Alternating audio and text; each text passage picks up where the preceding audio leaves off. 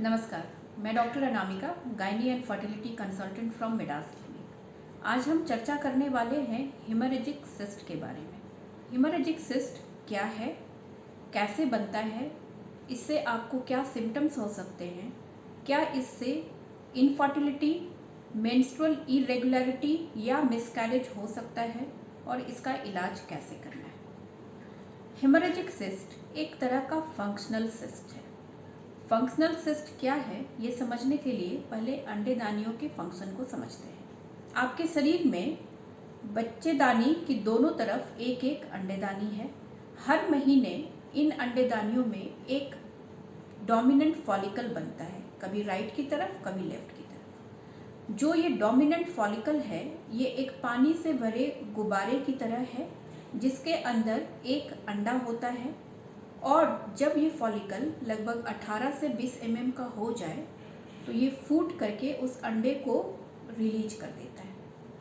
अगर ये फॉलिकल फूटता नहीं है और बढ़ता चला जाता है तो ये एक फंक्शनल सिंपल सिस्ट बनाता है।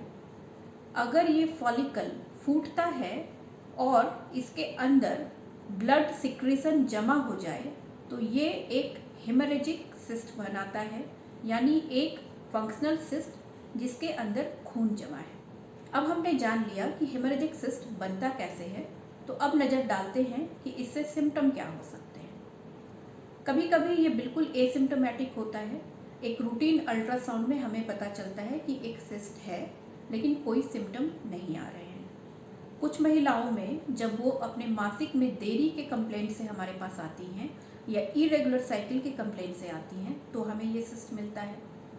कुछ महिलाओं में इसके कारण नीचे की तरफ हेवीनेस, पेल्विक पेन या फिर ब्लोटिंग होती है। किसी किसी को कॉन्स्टिपेशन की तकलीफ, पेशाब करते वक्त दर्द की तकलीफ या सेक्स करते वक्त दर्द की तकलीफ होती है। हेमरेजिक सिस्ट से गंभीर समस्या बहुत ही अनयूजुअल है बट हो सकती है अगर साइज बहुत बड़ा है या फिर उसमें ऐंठन आ जाए, यानी वो अपनी जो ये लिगामेंट्स है इस पे ऐंठ जाए, उसका ब्लड सप्लाई बंद हो जाए या फिर वो इतना बड़ा है कि रप्चर हो जाए। इन केसेस में सिम्टम्स सीवियर होते हैं, एक्यूट पेन के साथ पेशेंट प्रेजेंट करता है और बहुत ही रेयर केसेस में ऑपरेटिव ट्रीटमेंट की ज़रूरत पड़ती है। सिम्टम्स के बाद बारी आती है आपके सवालों की। क्या मुझे इससे मासिक में परेशानी होगी, क्या इससे इनफर्टिलिटी होगी और क्या इससे मिसकैरेज हो सकता है। अगर ये हेमरेजिक सिस्ट हॉर्मोन्स भी साथ में रिलीज कर रहा है और इसके कारण नेक्स्ट साइकिल में कोई अंडे नहीं बन पा रहे हैं तो ऐसे में मासिक में इरेगुलरिटी आना, बीच बीच में स्पॉटिंग आना या देर हो जाना मासिक का संभव है।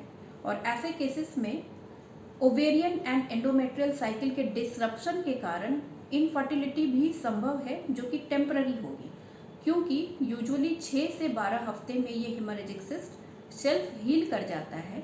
तो उसके बाद आपके जो ये फर्टिलिटी या मेंस्ट्रुअल प्रॉब्लम्स हैं वो सॉल्व हो जाएंगे। कभी कभी गर्भावस्था के साथ जब ये हेमरेजिक सिस्ट देखा जाता है तो मरीज की ये परेशानी होती है कि क्या इसके कारण मिसकैरेज हो सकता है, तो ऐसी कोई संभावना नहीं होती। हेमरेजिक सिस्ट मिसकैरेज का कारण नहीं होता। समस्या समझ ली, अब जानते हैं समाधान को। ट्रीटमेंट कैसे करना है। वेट एंड वॉच, आपको कुछ करने की ज़रूरत नहीं है। अगर कोई सिम्टम नहीं है 6 से 12 हफ्ते पे दोबारा अल्ट्रासाउंड कराइए। अगर ये सिस्ट रिजॉल्व नहीं हुआ है और बढ़ रहा है तो हम कुछ हार्मोनल ट्रीटमेंट दे सकते हैं, जैसे ओसी पिल्स दे दिया या सिंपल प्रोजेस्टेरॉन दे दिया, जिससे ओवरी थोड़ी रेस्ट पे जाए और हीलिंग फास्ट हो जाए। नेक्स्ट सिम्टोमेटिक ट्रीटमेंट देने की बारी आती है। जो आपको पेल्विक पेन हो रहा है या डिस्कम्फर्ट हो रहा है उसके लिए एनाल्जेसिक दिया जा सकता है। और जैसा मैंने पहले बताया, जब कोई गंभीर समस्या आ जाए जो कि बहुत ही रेयर है, जैसे इसमें टॉर्सन या रप्चर, तो रेयरली सर्जिकल प्रोसीड्योर की ज़रूरत पड़ती है। हेमरेजिक सिस्ट बहुत ही कॉमनली महिलाओं में मिलता है। इसको जब आप अपने अल्ट्रासाउंड रिपोर्ट में देखें तो बिल्कुल निश्चिंत रहें कि इससे आपको कोई तकलीफ नहीं होगी और ये सेल्फ हील करेगा। सिम्टोमेटिक या हार्मोनल ट्रीटमेंट अपनी डॉक्टर की सलाह पे अगर आप लेंगे तो आपकी परेशानी थोड़ी जल्दी खत्म